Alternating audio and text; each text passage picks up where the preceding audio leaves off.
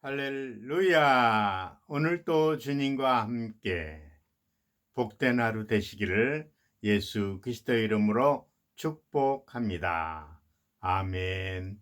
오늘도 찬양 하나 하고 말씀 듣도록 하겠습니다. 찬양은 울어도 못하네 544장입니다. 울어도 못하네.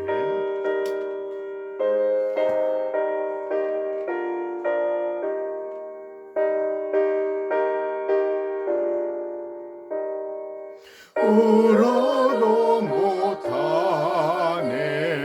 눈물 많이 흘려도 겁을 얻게 못하고 죄를 씻지 못하니 울어도 못하네 십자가에 달려서 수고는 당했네 나를 구원하시리 예수밖에 없네 힘써도 못하네 말과 뜻과 행실이 깨끗하고 착해도 다시 나기 못하니 힘써도 못하네 십자가에 달려서 예수 고난 보셨네 나를 구원하시리 예수밖에 없네.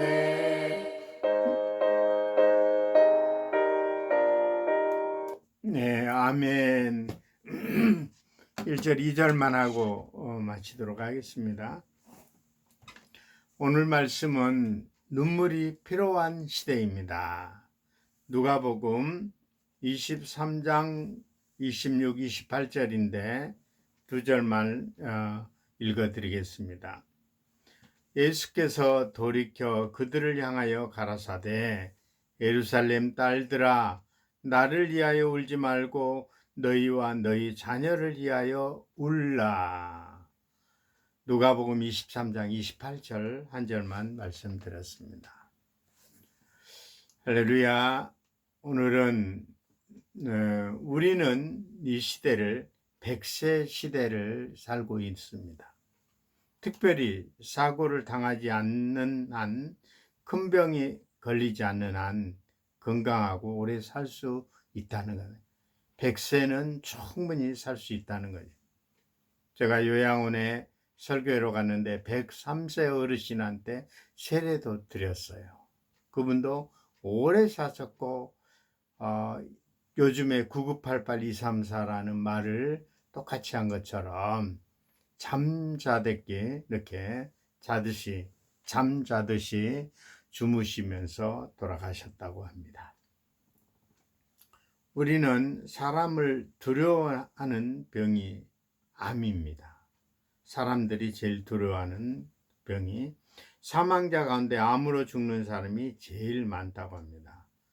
암 심장 질환자 폐렴 순으로 전체 사망 원인이 45%가 차지한다고 합니다. 암이 걸릴 확률이 약 남자는 38%, 여자는 32% 걸려 3명 중에 1명이 암이 걸린다는 통계입니다. 암에 걸려도 다 죽는 건 아닙니다. 암 환자가 생존율이 요즘에는 70%가 넘습니다. 암 환자 3분의 2 이상이 암 진단 후 5년 이상 생존합니다. 갑상선암, 전립선암, 유방암 이런 것들은 거의 70% 이상의 생존율을 보인다고 합니다. 매년 상승을 해서 암 환자 절반 이상이 완치되는 시대를 살고 있습니다. 그런데 수많은 암 환자 중에 가장 치료하기 힘든 환자는 마음들이 돌처럼 굳어져 있다는 것입니다. 그래서 암을 치료하기 위해서는 수술과 방사선 약물 치료하지만 무엇보다 굳어진 마음을 푸는 것이 가장 우선순위라 하고 있습니다. 그래야만 마음을 풀어야만이 치료가 된다는 것입니다. 마음의 상처와 아픔은 굳은 살이 되어 우리 마음을 돌덩이처럼 딱딱하게 만듭니다. 돌처럼 굳은 딱딱한 마음을 회복할 수 있는 가장 좋은 치료제가 무엇인 줄 아세요? 눈물이라고 합니다. 눈물. 사람들이 이 눈물을 두고 신이 내린 자연 치유제라고도 하고 있습니다. 천연 항암제의 눈물을 마음껏 흘리면 감정과 체면도 응어리가 풀리고 해결되고, 감정이 숨기지 않는 순수한 눈물이 마음과 영혼에서 치료된다는 것입니다. 눈물이 흘리면서 신경 전달 물질이 많이 분비되며 이것이 면역 항암제가 되어 2배 이상 증가시켜 암세포를 억제하거나 감소하게 된다는 것입니다. 또한 눈물은 독소를 중화시키고 소화력도 크게 활성시킨다는 것입니다. 말 못한 어린이가 가장 무기는 무엇입니까? 눈물이죠. 울면 다 해결이 되죠. 배고파도 울고, 아파도 울고, 괴로워도 울고, 똥을 싸고도 울고 그렇습니다. 아이가 울면 엄마가 아이에게 무엇이 필요한지 알고 문제를 해결해 준 것입니다. 눈물을 진실로 말을 해야 됩니다. 진실한 감정이 눈물로 나타나는 거죠. 슬플 때도 울고, 그리울 때도 울고, 뿐만 아니라 기쁠 때도 울고, 그리고 눈물이 거룩한 전염을 시키고 눈물은 다른 사람에게도 같이 감동을 전하는 것입니다. 눈물 자체가 진실이기 때문입니다. 사람이 눈물이 메마를 때 삶이 삭막해진다고 합니다. 하나님도 눈물을 보시고 응답하신 적이 있습니다. 히스기야 구약 성경에 보면 역대 하서를 보게 되면 히스기야 왕이 나와요. 병들어 살 수 없게 됐을 때 왕의 체면도 내려놓고 하나님께 눈물을 흘리고 두 손 들고 벽을 향하여 기도했어요. 이사야 38장 5절에 그래서 히스기야의 기도를 보고 눈물을 보았노라고 이렇게 얘기하고 있습니다. 진실하게 흘린 눈물을 보시고 하나님이 감동하셨던 것이죠. 우리 옛날에 박정희 대통령 시절 때입니다. 젊은 남녀들이 강부와 간호사로 독일에 가게 돼 있어요. 영화에 국제시장을 얘기하는 거죠. 정부는 이들의 월급을 담보로 해서 독일에 가서 차관을 돈을 빌릴 수 있기 때문에 우리나라도 그런 거를 썼습니다. 이를 계기로 독일 정부와 박 대통령은 국빈으로 초청하게 되었고, 당시 박 대통령이 타고 갈 특별기조차 없어서 독일 정부를 제공하는 비행기를 타고 가야만 했습니다. 그때가 64년도 정도. 박 대통령은 먼저 광산촌을 방문하고 대통령이 왔다는 소식을 일하던 강부들이 석탄가루를 쓴 채 모여들었습니다. 그들 앞에 연설하는 박 대통령이 국민이 못 살고 가난해서 이렇게 여러분들을 고생하고 힘든다는 거를 얘기하면서 슬픔에 찬 목이 메어 더 이상 말을 하지 못할 것이었습니다. 강부들도 대통령이 울자 이국 땅에서 서로 끌어안고 한없이 울었습니다. 호텔로 돌아온 박 대통령은 계속해서 눈물을 쏟았고, 독일 게르푸의 대통령 손수건을 꺼내 대통령 눈물을 닦아주면서 울지 마시오. 당신이 잘 사는 나라를 만드시오라며 위로했다는 일화가 있습니다. 지도자의 진실한 눈물은 국민의 마음을 하나로 직결시키고 가장 짧은 시간에 우리나라가 근대화를 이루는 원동력이 되었다는 것이죠. 예수님은 바리새인을 향해 피리를 불어도 춤을 추지 않고 애고가여도 울지 않는다고 탄식하였습니다. 감성이 메마르고 심령이 되었다는 지적이죠. 현대는 IQ가 높은 지성인 사람보다 EQ가 높은 감정적인 사람이 성공한다고 합니다. 두뇌는 명석한데 인간미가 말라버린 사람보다 가슴이 뜨거운 사람, 감성이 풍부한 사람, 인간관계를 잘 맺기 때문이라는. 목회도 마찬가지죠. 목회도 머리가 짧고 비상한 사람들은 IQ가 높으니까 이거 할까 저거 할까 목회를 망치고 있는 거예요.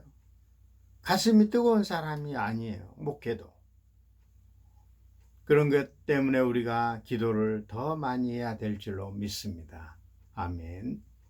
본문은 주님의 십자가를 지고 골고다로 올 때 울면서 따르던 여인에게 하신 말씀입니다. 예루살렘 딸들아, 나를 위해 울지 말고 너와 내 자녀를 위하여 울라. 28절에 얘기하고 있습니다.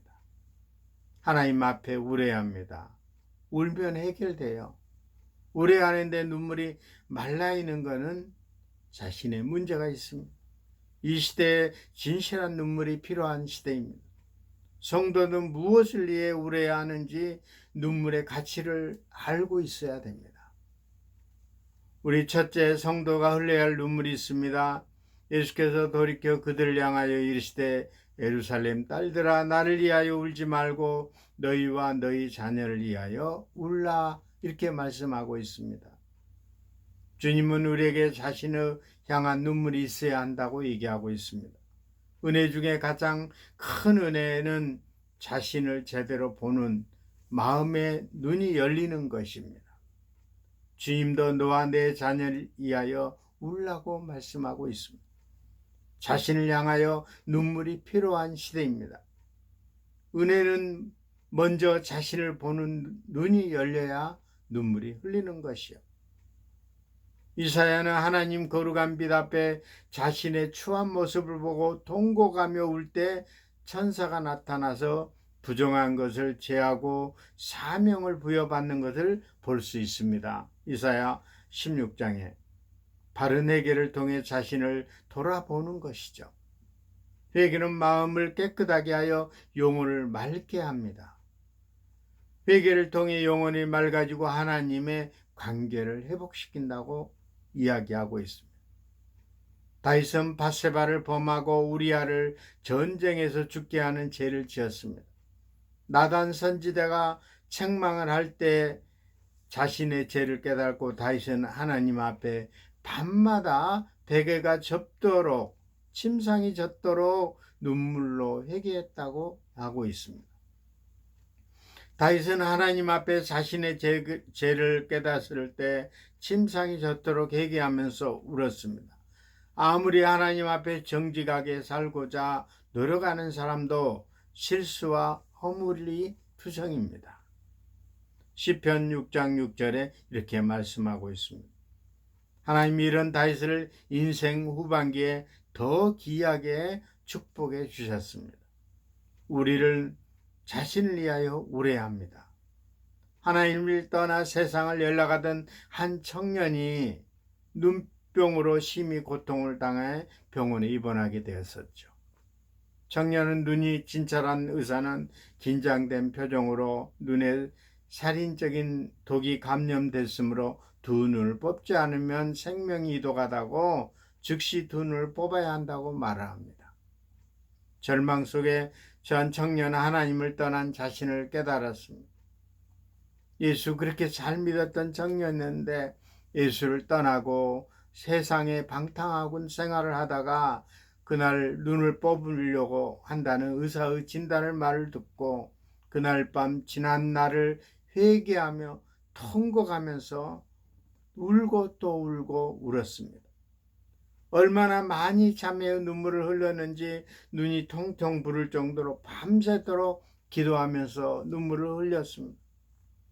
다음날 청년은 두 눈에 뽑기에 수술대로 올랐는데 진찰을 다시 한번 해본 결과 의사가 깜짝 놀랐던 거죠.